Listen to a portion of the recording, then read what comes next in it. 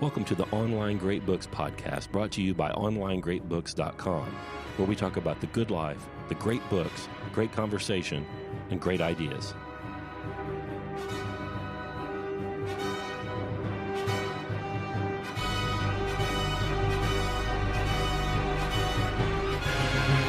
Hey guys, welcome to Online Great Books podcast. Last week we covered the first half of the discussion Karl and I had about Herbert Marcuse. This is going to be the second half of that show. Please leave us an iTunes review if you would, and go to onlinegreatbooks.com/podcast and join our waiting list, and we will send you a discount code so you can join us when we open enrollment again on October 13th of 2020. Meanwhile, hope you guys enjoy this show. Talk to you soon. He's talking about being intolerant of people who are tolerant of the current system. Most of the people that are tolerant of the current system are just normal guys, just normal people. Mm-hmm. He advocates for complete intolerance of those people. So now they're repressed. Now what about them? Now is it like repression all the way down? And then as soon as Marcuse's people are in power, now the people who were the normies now like throw bricks at them? Like, where's the end of this? Well, there's two aspects I want to talk about. The shape of the intolerance that he thinks is good. That's one thing. What does it mean not to tolerate somebody? Nowadays, it means to cancel them. In the old days, it meant to death squads, you know? Because if they're dangerous, oppressive opinions, you can't have them be out, so you have to get rid of them. But the other thing, as I was poking through Marx the other day, I have not delved into it very much. All I did was a little taste. And right in the beginning of the manifesto, it says, history is the history of class struggle. I think that's a case of, this is a word that I have coined, justism. I don't know if it's an actual word. You're looking it up, aren't you? No, I'm not. Justism. You take a complex reality and you reduce it to one simple concept. I think they call that reductio ad absurdum, yes? Yeah, well, it's not necessarily absurd. The people who do it don't think it's absurd. So if history is only the history of class struggle and nothing else, you know, well, that changes everything. That changes how you look at history. That means that George Washington can't be whatever he was. He has to be either on one side of the class struggle or the other. And he's only a product of his economic class. He's a sum of all of that. That's what he is, period. The end. Yeah, and so for Marcuse, it looks like the justism is towards whatever his vision of freedom is, which will require repression of the normal people who support the established order. And I would say, you know, I like people. You shouldn't like people who are tolerant of intolerance, Karl. Well, it's too bad. I do. I like people. Full stop. You know, I like them. You know, I hear about what they're doing with their families and how they're living. I'm like, oh, that's neat. I like that. Humans do neat stuff. So for me, a human being is not an economic unit. It's not a political unit to be neutralized or promoted as so far as it's useful. For me, a human is a source of wonder. That's my starting point. And so when I read Marcuse, where we're going to shut some certain conversations off, I have to say, why? For what end? Are these, you know, murderers that you're shutting up, or are they people who don't approve your vision of the tax rate? Well, there are at least two categories of human beings for Marcuse. So this is where you hear about dehumanizing. You know, if somebody doesn't fall in his non-repressive human category, you have to be completely intolerant of that person, their thoughts, their deeds, their property, etc. Now what? Are they really a full human at that point?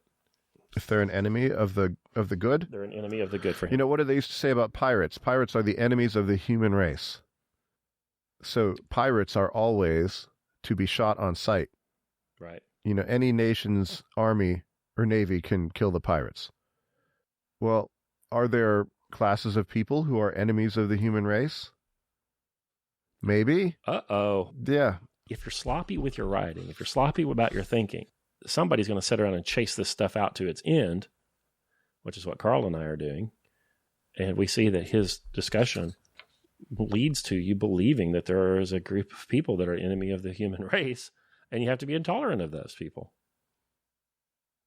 Mm-hmm. It's where it ends. That's where this points to. Like, where did he pump the brake at all? Well, there's spots where he could have, but he doesn't. So in paragraph 19, moreover, in endlessly dragging debates over the media, the stupid opinion is treated with the same respect as the intelligent one. The misinformed may talk as long as the informed, and propaganda rides along with education, truth with falsehood. This pure toleration of sense and nonsense is justified by the democratic argument that nobody, neither group nor individual, is in possession of the truth and capable of defining what is right and wrong, good and bad. Therefore, all contesting opinions must be submitted to the people for its deliberation and choice. All right, but here's his counter. But I have already suggested that the democratic argument implies a necessary condition, namely, that the people must be capable of deliberating and choosing on the basis of knowledge, that they must have access to authentic information, that on this basis their evaluation must be the result of autonomous thought. So, there is such a thing as knowledge, there is such a thing as truth. He thinks he's got it. And genuine tolerance needs to be based on that. Where does he get it? Well, he doesn't say that. Even what is it? I think that he would say that facts and truth would be validated by, well, if it's intolerant or oppressive, it's not true. It would not be a capital T true for him if an idea was oppressive or intolerant. This last sentence here, he says, that the people must be capable of deliberating and choosing on the basis of knowledge, that they must have access to authentic information. Gatekeepers. This is where the whole fact check meme comes from, I think. There's an attempt to make sure that people have authentic information. Right. It's not really democratic when normal people make decisions based on their perceived goods. It's only democratic if they make their decisions based on the proper facts. Well, he calls it authentic information. Yeah. What's information, though? Like authentic is an interesting word choice, not true. Right.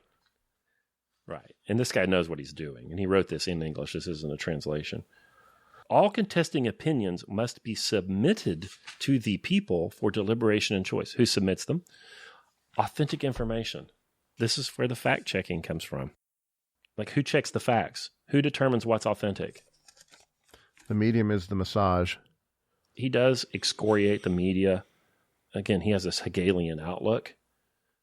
So you guys probably hear this crap all the time. Hegelian. Here are the quick beats. As I understand it. Check my math here, Karl. He said that history has been a process of dialectic where there was a thesis and then a reaction to that, which would be the antithesis. And then there's a moving forward. There's a synthesis of those two things. So there's action, reaction, and then the new norm becomes a synthesis of those two things. Is that jive, Karl? Is that the 90-second Hegel? Yeah. Yeah, Hegel is a person of whom I've read little on purpose. Well, that's certainly the pop conception of Hegel. And he writes in here in the next paragraph, which is a long one. No, 2 paragraphs later, paragraph 19, about media. And I actually agree with this. He says that newspapers don't express an objectivity because they'll have the juxtaposition of gorgeous ads with unmitigated horrors. Mm-hmm. So on one side, like maybe you get, like, let's say, just for example, I haven't picked one of these up in 10 years, Newsweek magazine. And you've got an ad on the one page, full color glossy advertisement for what's the station wagon in the vacation movies? Roadmaster. No, that's the Buick. The family truckster? The family truckster. With a happy family and the dog and this pleasant imagery. It's on the left page. And on the right page, you flip over, I don't know. There's a famine in Ethiopia again. It's 1983, and there are all these flies in these kids' eyes, and they're dying, and there's just...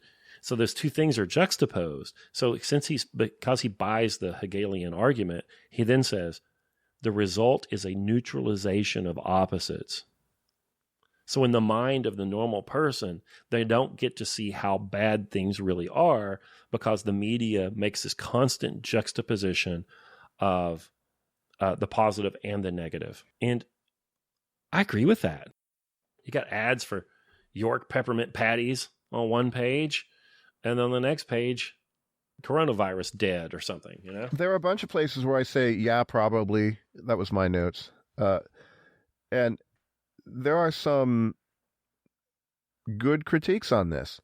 It's hard to get to the truth, but then he thinks he's got it. That's my frustration with it. Yep. I admit newspapers are not a way to truth. I was listening to the School Sucks podcast the other day, and it was with Isaac Morehouse talking about how he deals with news. And Isaac made this point that all news is fake, not because it's necessarily meant to be fake by the purveyors, although that certainly happens, but because it's always a snapshot of a big reality. Mm-hmm. And a snapshot is always fake. That's not how I look. You can't get the whole of it. And I think Marcuse's critiques on this are pretty good, but I think he wants to put his own brand of it. You know, he thinks he knows what is true, which he keeps not defining, and is going to not tolerate other voices that go against what he knows to be true. Yes, and he's even intolerant of objectivity. Here he says, if a newscaster reports on the torture and murder of civil rights workers in the same unemotional tone he uses to describe the stock market or the weather, or with the same great emotion with which he says his commercials, then such objectivity is spurious. More, it offends against humanity and truth by being calm, or one should be enraged, by refraining from accusation where accusation is in the facts themselves. Where is it in the facts? Marcuse, show your work. He's a smuggler. The tolerance expressed in such impartiality serves to minimize or even absolve prevailing intolerance and suppression. If objectivity has anything to do with truth, and if truth is more than a matter of logic and science, then this kind of objectivity is false, and this kind of tolerance is inhuman. And if it is necessary to break the established universe of meaning and the practice enclosed in this universe in order to enable man to find out what is true and false, this deceptive impartiality would have to be abandoned. Guys, he wants to break the established universe of meaning. Which is a simple thing to write in your office at the university. Yeah, and then you have your sophomore philosophy class come in here and read this, and like, it's a blank check. Yep. It's a blank check to the midwit who's been outraged. Terribly dangerous stuff. We're going to be reaping the rewards of this for a very long time. Okay, let me try to defend it, though. Is he wrong in the analysis and the criticism? Mostly not. I occasionally have to go to the car dealer, and it's the only time I ever watch television, and I actually try not to. I remember in the old days, I need to see if this still exists. There used to be a product you could buy called a TV Be Gone, which is a universal remote that only has an off button. So all of these places that have televisions, you could go and just secretly click it, and the TVs would go off, and people would say, why is the TV off? But you go into the car dealer, and I go first thing in the morning because I need to get it done with, and they have some sort of major network news show which will present facts with which they should be outraged as nothing. Mm-hmm. When he says it offends against humanity and truth by being calm, or one should be enraged by refraining from accusation, where accusation is in the facts themselves. Well, sure, or they won't even put the facts out there. They'll put a couple of facts, and they won't have any sort of actual proper responses to it. I read that and I say, yeah, I think that's certainly the way the media is. What's the solution, though? Break the universe of meaning? Break it all. You smash it all? How about we do this? This is my solution, Herbert. How about you have more options for media? How about you open up the airwaves? Oh, no. Less is more here. No, but my solution is not his solution. No. Because if it's controlled, it's going to be at the service of some ideology. You know what? Everybody's got an ideology. Every outlet that you go to, they're choosing the stories to tell you. They're choosing which slice of the whole of reality to tell you, according to, well, at least because they think it's important. So if you go to NBC, or you go to Fox News, or you go to, if you go to InfoWars or whatever, they're going to pick the stories that they care about. They're going to have an ideology. Okay? There's no way around that. Why do they pick the stories they care about? Because there's a scarcity of time. Sure. So it's going to be that way. They're going to pick a slice of the reality to view. My solution, in order to get to more objectivity on this, is to have more avenues for people to do it, rather than less. When you have less, it's going to converge to one particular view, which Marcuse thinks is not a representation of the truth. I'm in agreement with him there. It might be in service of oppression. I'm in agreement with him there. But my solution is not intolerance and shutting up voices. My solution is more voices. I wrote in several places here, what existent conditions would he allow? I want to see the list of what's okay with him. Not you. Right, well. Yeah, I want to see the list. I'm nervous about all of this. When you're writing a scholarly article in support of intolerance, which is actually what this is, it's an essay in support of restrictions on freedom of speech and freedom of assembly for the wrong sorts of people. So some kinds of protests are good, some kinds aren't. Some kinds of speech is allowed, some needs to be shut up. Okay, so on the one hand, everybody's got some speech that they don't want to have happen. Everybody's got restrictions. Everybody's a secret censor in some way or other. The problem is that it's secret. What's your list? Let's vote on your list. You know, who gets shut out of your new... I mean, let's do a John Rawls thing, all right? Let's drop the veil of ignorance, okay? You don't know which political group you're going to be in when we lift the veil. Whose speech are you going to restrict in this initial condition? You know what I'm talking about. The listeners might not. John Rawls has this in his theory of justice as a way to establish.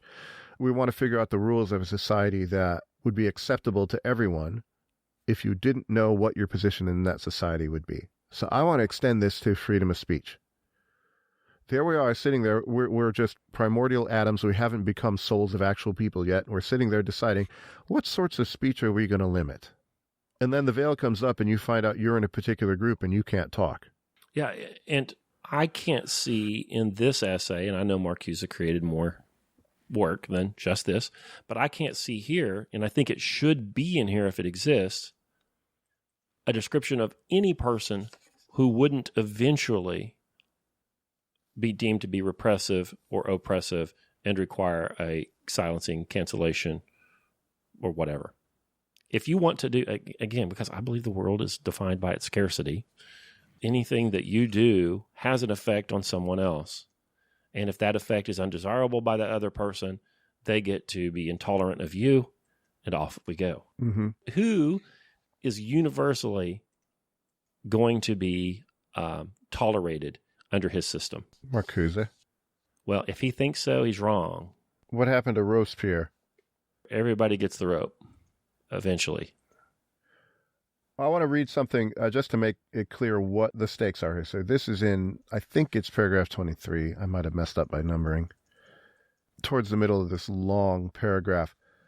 So no government can be expected to foster its own subversion, but in a democracy such right is vested in the people. This means that the ways should not be blocked on which a subversive majority could develop. So the point is subversion. And if they are blocked by organized repression and indoctrination, their reopening may require apparently undemocratic means. All right, so here are the means to the end. The end is the glorious utopia that he never tells us what it is. They would include, these are the things that are permissible by him. They would include the withdrawal of toleration of speech and assembly from groups and movements which promote aggressive policies, armament, chauvinism, discrimination on the grounds of race and religion, or which oppose the extension of public services, social security, medical care, etc. Wow, that's interesting. So if you just say, hey guys, this Medicare thing, we might not be able to afford it. I love the idea, but I just don't know where the money would come from. Repress. Yeah, cancel. Moreover, the restoration, this is some newspeak in my opinion, the restoration of freedom of thought may necessitate new and rigid restrictions on teaching and practices in the educational institutions, which by their very methods and concepts serve to enclose the mind within the established universe of discourse and behavior, thereby precluding a priori rational evaluation of the alternatives. All right, so restoration of freedom requires restriction of freedom. Yeah. Restriction of academic freedom. Yeah. It would also imply intolerance towards scientific research in the interest of deadly deterrence of abnormal human endurance under inhuman conditions. Yeah, well, I'm almost in favor of that. There are some things that we shouldn't ought to build. Right. Yeah, but all you have to do, though, is claim that whatever you're researching is in the interest of a deadly deterrent.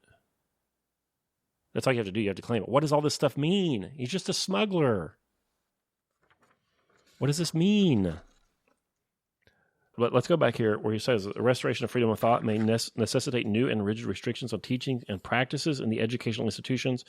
Okay, I understand what he's saying. And then he says, by their very methods and concepts serve to enclose the mind within the established university of discourse and behavior. When I read that, I'm like, he would impugn our beloved logic because that would serve to enclose the mind within the established universe of discourse and behavior. Well, I don't know if he would, but others have. Well, then he should say, we're going to use logic, and he would define it, and he would say that had to be used to determine what must be snuffed out and what can be kept. Mm-hmm. But he doesn't. If it's part of the established universe of discourse and behavior, it's out. Well, dialectic and our beloved logic are part of that. It's out. Yeah. He has to throw it out. There's a lot of insight in here, but then there's just, tell me your plan, okay? Tell me, what is the vision of the good life? This is the most important question, okay? This is a reversal of the order. So Thomas Aquinas, who's a fantastic reader of Aristotle, puts it this way. The end is first in your conception, last in your realization. I'm probably misquoting it, but it was in Latin, so sue me. The end, the telos, the goal is the first thing you figure out. And once you get the goal, then you get the means. So if my goal is to make a birthday cake, now I know what I need to get. And what this is doing, these are the means that we can use to get what we want. Mm-hmm. What do you want? It's backwards. Tell me what you want. Give me a firm vision, maybe I'll like it, of your utopia. And then if I like it, if I'm on board with that, then I might say, all right, these means are okay. But it is a typical modern thing to reverse it. Never quite give you the end, and always just tell you what means are acceptable, and the means that are acceptable are here, repression, and he sneaks in violence, actually, towards people who are against your undefined goal. That's the core of my frustration with this essay. Yeah. So if you're some wackadoo college junior or whatever, and you're looking at graduating, and you realize you've got another year, it's 2.5 semesters to go, and you're already $100,000 in debt. You started talking to your friends who graduated last year, and they're not having a bunch of luck in the job market. That guy that you were dating broke up with you, and he sure did piss you off, and he wasn't very nice. And yes, et cetera, et cetera, et cetera. Everything looks oppressive, and everything looks like it needs to be reacted against. And this gives you the intellectual trappings to justify lashing out and burning the system down. Mm-hmm. It's part of my general distaste with the college experience these days is by snatching up kids away from their families and communities, you're taking them away from any idea of what the telos is. Telos, Greek word for the end, the goal. And so they don't know what they want to be, and you're taking them away from everybody who might tell them. Yep. Hang out with your family, hang out with your community, see what good people do from year 18 to 22. See what accomplished good people do, and then decide how you want to work that out. No, we're going to take you away and put you in a big community of people who have no idea what they're doing with their lives. Right. And I think it's out of order. It's means in front of ends. The whole thing where people talk about going to school to be socialized by your peers. Like, that's horrible. Your peers are children. Can I tell you something? Yes. Peer pressure doesn't work on me. It doesn't work on me either. Because I don't have any peers. That's right. You're without peer. You're peerless. Would you like to do for our listeners, would you like to do Karl Schutz's public school socialization simulation? Oh, yeah, sure. So I actually have an aunt who has published some work in education. She's since come around. She knows we homeschool. She likes our kids. But she ought to always ask about socialization. And, well, I can socialize your kid. I can give you the socializing of high school in pretty much one sentence. Here goes. You're fat, you're ugly, and everything you care about is stupid. There you go. That's it. That's what your kids get from high school. I think that's right. Send your letters to dev/null at localhost. To discuss tolerance in such a society means to re-examine the issue of violence and the traditional distinction between violent and nonviolent action. The discussion should not, from the beginning, be clouded by ideologies which serve the perpetuation of violence. So this neatly, I wrote here in the margin, this neatly stops any argument that is not his own.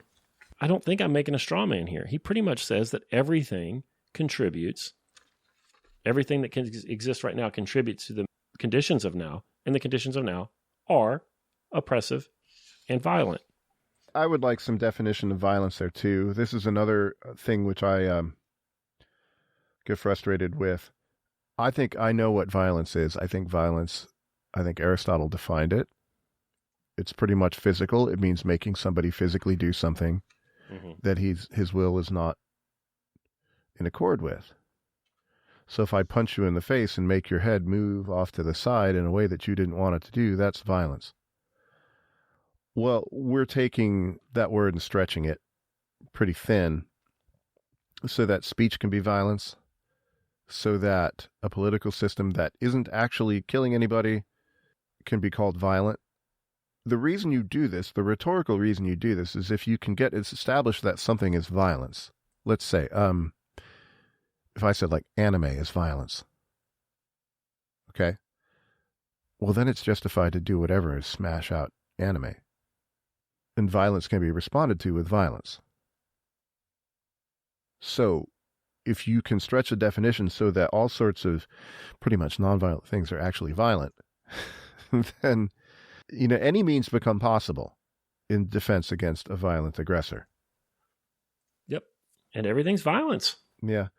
But I thought his stuff on nonviolence, this is for me, let's see, paragraph 23, 24, 25, the discussion of nonviolence, I thought there was some insight in that. Nonviolence is normally not only preached to, but exacted from the weak. It's a necessity rather than a virtue, and normally it does not seriously harm the case of the strong. And then he has this parenthetical note, is the case of India the exception? Mm-hmm. So we have this thing about nonviolent protest that's taught generally in the schools. It does preserve the established order, that's for sure. But Gandhi's always used as the example. But he says, quantity turns into equality. On such a scale, passive resistance is no longer passive. It ceases to be nonviolent.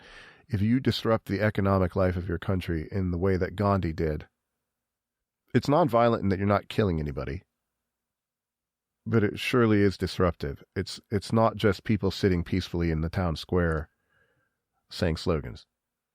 It's actually disruptive. That's where it works. Yeah, I agree with that. The quantity has a quality all of in and of itself, he says, and I think that's true. Yeah, I don't know how much more we want to extract out of Herbert. Paragraph 27. I suggested that the distinction between true and false tolerance between progress and regression can be made rationally on empirical grounds. I'm getting excited here. All right. Me too. Tell me what they are. They depend on the material and intellectual resources available at the respective stage, and they are quantifiable and calculable to a high degree. And I wrote, how? Please do. He says a little bit later, in other words, it is possible to define the direction in which prevailing institutions, policies, opinions would have to be changed in order to improve the chance of peace, which is not identical with Cold War, etc. And I wrote, do it. Don't tell me things are possible, Herbert, Professor Marcuse. Do it. I wrote there that there are many institutions that will not operate in a significantly different way than they operate now. So I would have to define significant here, but for the purposes of podfotainment, I think it's okay. Like your electric company, it has to be hierarchical inside the electric generation company, the power generation company. You're going to have rights of way and easements to let the power lines come from here to there. Somebody has to pay for stuff. Like you can't really do it in a significantly different way. Like even under a communist situation, there's still a plant manager and things have to be done to get people electricity. And he doesn't have a way to deal with the direction of prevailing institutions, policies, and opinions that would increase peace when the systems are complex and have to be hierarchical and based on scarcity. He just doesn't have any answers for it. Just tear it down. Yeah, it's super easy to do, to tear stuff down. This is why, and I think it was Eisenhower, I like this plan. You do not get to critique the prevailing way of doing things unless you come up with a well-worked-out, better way to do things. Yep. You should try that. Try that at home. You know, Oh, I've done that. So if my wife is going to criticize the way that I cook the eggs, she's got to have a better way to do it. Is that where you throw the spatula and say, fine, you cook them? No, I would never do that. Actually, she doesn't. She likes the way I make eggs, but I was just trying to come up with an example. You know, or if you don't like the way I've done something, tell me how to do it better. Yeah. Otherwise, it's a mere expression of opinion. You know, critique's just too easy. Yeah, opinions are like noses. Everyone has one, and they all smell. Oh, is that the way we say it? They're like something else, too. Yeah. We're going to have to read some John Stuart Mill because Mill's got blood on his hands, as far as I can tell. He says, the historical calculus of progress, which is actually the calculus of prospective reduction of cruelty, misery, and suppression, seems to involve the calculated choice between two forms. Like, give me the calculus, Herbert. What is it? Get me on your side. Tell me what it is. You know, give me the list. Where's the spreadsheet? The granted empirical rationality of the distinction between progress and regression, and granted that it may be applicable to tolerance, and may justify strongly discriminatory tolerance on political grounds, cancellation of the liberal creed of free and equal discussion, another impossible consequence would follow. Like, what's the empirical rationality of what is it? I don't know. I want to compare him to Belloc. Belloc's essay was a little dry for me, the one on restoration of property. And the reason why it was dry was because he was giving concrete solutions and plans. He's talking about tax codes, and my brain was turning off. But thank you, Hilaire. I mean, that's the way to do it. He came up, this is the way we could restore property in England. The X, Y, Z. These are my plans. And he says what he's trying to do. Increase, he values economic freedom more than income. And it's good for the following reasons. And then here's how we would do it. He doesn't just say, well, there's a calculus behind distributism and it's awesome. I'm not going to show my work. That's why this is like a senior. This is a precocious high school senior's thesis.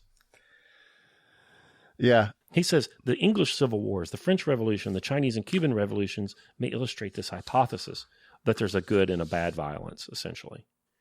Like he creates categories of humans that I'm not aware of, and he creates categories of violence that I'm not aware of. I underlined that and wrote asshole next to it. Well, yeah. I want to read one last. I think we can probably. I have some inflammatory chunks of this I want to read directly out of him, but yeah. I have a dentist appointment that I have to get to, so we're eventually going to have to cut off on Marcuse. I would rather go to the dentist than read this. So this is in, I don't know which paragraph, but you already quoted it on Slack. It should be evident by now that the exercise of civil rights by those who don't have them presupposes the withdrawal of civil rights from those who prevent their exercise, and that liberation of the damned of the earth presupposes suppression not only of their old, but also of their new masters. Okay, there you go. That's the program. Damned of the earth is capitalized, by the way. Mm-hmm. Like, who are the damned of the earth? Who damned them, and what does that damnation consist of? Well, he's putting himself on the side of the angels, I think. I'm going to save the damned. Yeah. But to do it, we're going to have to damn the saved. And I hope you're not on that list. You know, you're not like that guy from Zhivago. I'm part of the people too. Well, no, you're not. You might not be part of the people. I want to read just a few chunks here. Liberating tolerance then would mean intolerance against movements from the right and toleration of movements from the left. Mm-hmm. The spreading of the word could have been stopped before it was too late. If democratic tolerance had been withdrawn when the future leaders started their campaign, mankind would have had a chance of avoiding Auschwitz and a world war. I understand that, but he's using that as a justification to stop anybody from saying anything that he thinks might go astray. He has not demonstrated to me that he even knows what that could be. Yeah, well, and it's pre-crime, too. That's a Philip K. Dick story. Yeah. Minority Report. The concept's better than the story. I think his concepts are better than his writing. But we got to read some of him, too. Yeah. But you're going to figure out who's going to be repressive before they even get started? Yep. And then shut them down? I don't know how you do that. The only way you do that is be gatekeepers and not allow anybody. Intolerance against movements from the right for him is in service of this. Guys, these people aren't snowflakes. Like the people on the right like say, oh, you got offended, snowflake, so I can't talk. No. This is their praxis. This is how they win and how you lose your country. Small and powerless minorities which struggle against false consciousness and its beneficiaries must be helped. Their continued existence. I'm going to say this again.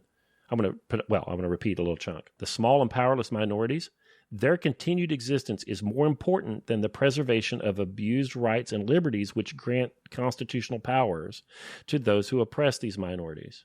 So the small minority, their preservation is more important than the preservation of the oppressive majority. Yeah. Go read it for yourself and you parse it out and you figure out what it means. So if there's a group of pedophiles, with there being a small and powerless minority, their continued existence is more important than the preservation of the abused rights and liberties of the majority. I would hope not, because the things that they want to tolerate would be against Marcuse's objective calculus of things to tolerate, which he never tells us what it is. But he never tells us. Yeah. So anybody that feels like an abused minority reads that and says, hell yeah, I'm in. Yeah. I don't like the talk of left and right. What does that mean? So left and right, it's terms from where people sat in like the parliament in France. Right. And so one party sat on the right, one party sat on the left. It's a binary conception of political reality. I would want all of you rightists and leftists, whoever you are, you know who you are. What's your program? What's the positive good? Start with the end. Tell me what your end goal is. I might be on board. Don't just say, these are the means that we can do to squash our opponents. This is the same problem as with the rules for radicals. It's a whole bunch of strategy, maybe very good strategy, at the service of what particular end?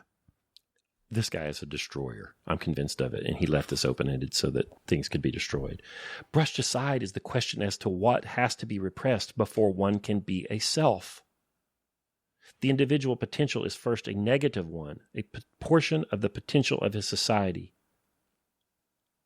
Like he says, if you repress anything, he says that in order to be a self, you must repress, and he wants to unrepress those things. Mm-hmm. That's in my book. In mine, that's paragraph 36. It starts with education offers. Go read that.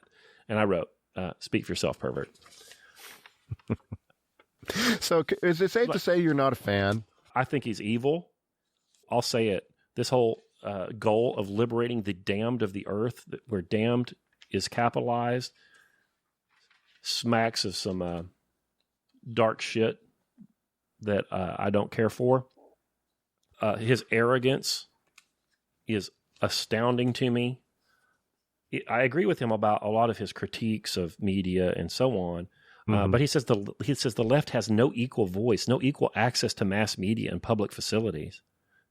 What? Like even in 1969? What are you talking about? The thing that I've discovered in reading writers on the left is there's always further left. Right. So there are people that call the New York Times conservative. Well, that's true. And they believe that it is. Insofar as they're part of the establishment, I guess maybe. Not equal, but more representation of the left would be equalization, he says. Not equal, but more. He also wants to be in charge here. If the choice were between genuine democracy and dictatorship, democracy would certainly be preferable, but democracy does not prevail. The radical critics of the existing political process are thus readily denounced as advocating an elitism and dictatorship of intellectuals as an alternative. What we have, in fact, is government, representative government, by a non-intellectual minority of politicians, generals, and businessmen. Okay. He says the record of this elite is not very promising. Yeah. Now, political prerogatives for the intelligentsia may not necessarily be worse for society as a whole. Later on, John Stuart Mill believed that the individual mental superiority justifies reckoning one's personal opinion as equivalent to more than one. He advocates for the educated from the class, legislates the uneducated. So you'll see this thing on Twitter, educate yourself. Mm-hmm. He's describing a specific kind of education of the accepted facts. He quotes that in here earlier, and the control of the media to a narrow, canon of acceptable facts and acceptable ideas that you have to be educated in before you would be eligible for government. Yeah, Twitter is Marcusean for sure. Yeah. And he believes that facts are established too. He says to know and understand the factors that establish facts is necessary so that you can change their inhuman reality. So listen,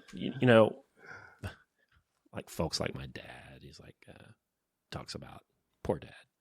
These snowflakes being offended, they have to shut you up because they are offended, or they just can't tolerate your speech.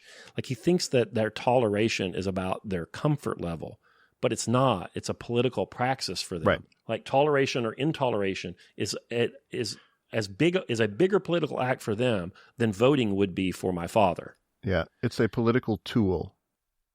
Offense is a political tool. It's not necessarily that you're actually personally offended.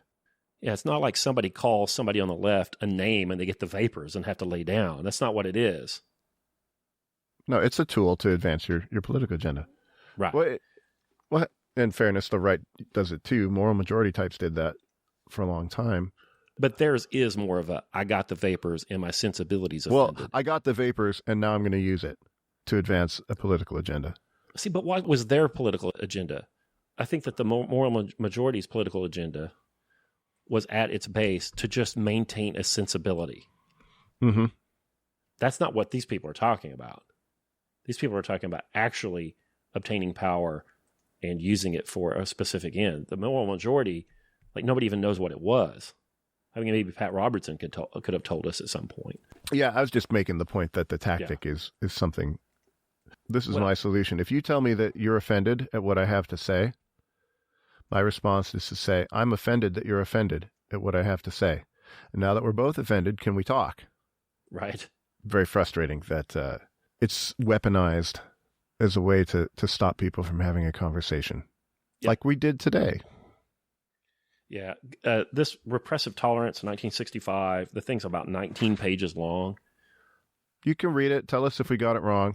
Fairly. I think I could be accused of making a straw man there in some cases, but I'm not given an option because he doesn't steel man his own case. What is this rational calculus? What is the rational basis for your new ethic? What is the higher good? What is the purpose of society? He forces us to make a straw man, which is one of the things I think is very appealing to the people that this is appealing to, right? They can fill in the blanks for them. It has a very broad appeal for a certain kind of person because they can just say that he identifies with their cause, whatever that thing is. You know what it is? What is it? It's a political Mad Lib. I think you're right. You can fill in the blank. Like, I'm from a poor area. Okay, you're oppressed. My sexual orientation, I like elbows. Okay, that's weird. You're in. And you can just apply this to whatever. I'm an elbow man. Elbow-tarian. Okay, yeah. As an elbow man, you're certainly in a oppressed minority, and you have fewer rights than the people that are leg men.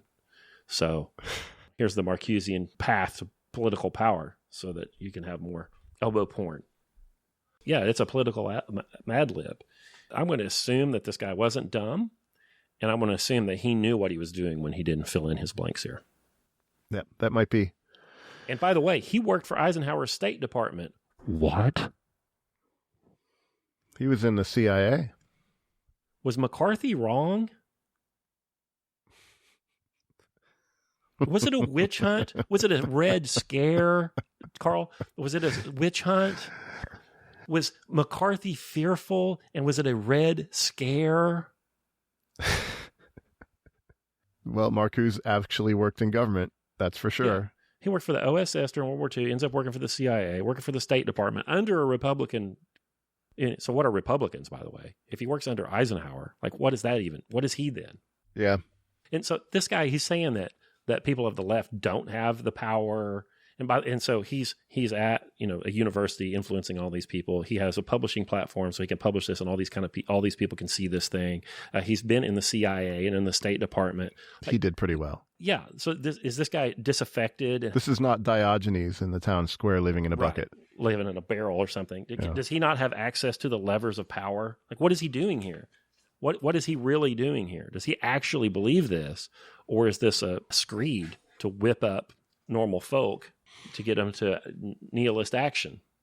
What is it, Karl? I'm not a fan of it. I think whether it's diabolical or not, or whether it's just not clear thinking, I don't know. Yeah, I think you might need to go do some work on your land, cleanse your palate. Why does Alinsky have to dedicate his book to Lucifer, and this guy is dedicated to liberating the damned of the earth in a capital D and E? What is going on with these guys? Why do they have to write shit like that? Do they not mean the things they write? I don't know. You want to go on 2 more hours? Did he accidentally hit Shift and D? Well, the damned, I don't know. Did he know Alinsky? Is this a thing? Of course. What are they're putting themselves on so the whole thing, the whole reason to do that, the connection to that is, well, Lucifer is the rebellion against the established order. Do they really believe this stuff? I don't know. He had a dictionary in the thesaurus, I bet, or at least could borrow one. Could pick any words he wants to use. He could have dedicated it to the rebels of the past. Mm-hmm. No. I don't know what's going on. All right, there's another show. Karl's got to go to the dentist, guys. His teeth are gross. No, they are not. That's false. My teeth are pristine. Next week, we'll be talking about Benjamin Graham's phone book of a book, The Intelligent Investor. Yeah, I got to hit it hard. That's going to be exciting, believe it or not. I don't know if I'm going to read it. I've read it a couple times. I don't know if I'm going to read it. But, well, I got to catch up with you. I think I'm about halfway through it. Yeah, see, this is what Karl does to me. We should read this book I've read 5 times. I'll just riffle through it when I'm sitting on the toilet one day, and I'll be ready. And then I'm over there trying to read 900 pages. Yeah, well, you should have read better books when you were a kid. It's not my fault. So it's turnabout. Yeah, I've read Intelligent Investor a couple times. Taught a class on it, too. Be all right. I'm so doomed for next week. All right, guys. Thank you so much for listening. Go pick up this here, and you'll see that a lot of the political action that you see on television that looks like chaos to you is probably not. And for at least some people, it has a rational basis in some claims about what political power looks like. And we had a pretty strong reaction to it. So, I don't know, read it yourself. It won't take too long. See if you think we're right. Should we repress this? Yeah. Should we burn all of the Marcuse books? Should we be intolerant of them? I don't know. All right, where do they go to sign up? Go to onlinegreatbooks.com/podcast and sign up for enrollment. Yeah, we'd love to see you. Yeah, you need to do this. You're not going to hear me railing and making fact claims and whatever in seminars. I'm not in seminars. This is infotainment. This is a different. Mm-hmm. All right, guys. Thanks so much for listening. We'll talk to Uncle Ben Graham next week. See you.